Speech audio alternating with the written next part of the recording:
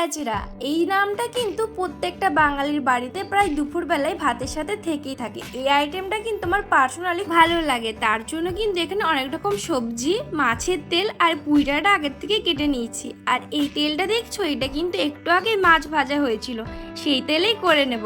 তার আগে সবার ফার্স্টে বড়িটা ভেজে তুলে রেখে দিয়েছি।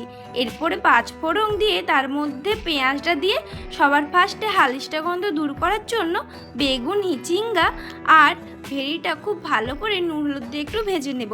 যখন এগুলো খুব ভালো করে ভাজা হয়ে যাবে তখন বাকি সব সবজি যেমন কুমড়ো, আলু, ঝিঙে, কুঁদরি এগুলো সব ভেজে নেব।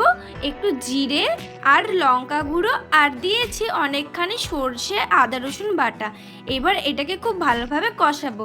যখন খুব ভালোভাবে এটা কষে যাবে, মিনিমাম 5 মিনিট টাইম তো লাগবে, তখন এটার মধ্যে দিয়ে দেবো টমেটো আর পুঁই শাক ডাঁটা দেওয়ার পর খুব ভালোভাবে এটা নাড়িয়ে চাড়িয়ে ঢাকা দিয়ে রেখে দেবো 10 মিনিটের জন্য। এক্সট্রা কোনো জল লাগবে না, এর থেকে এমনি জল বেরোবে।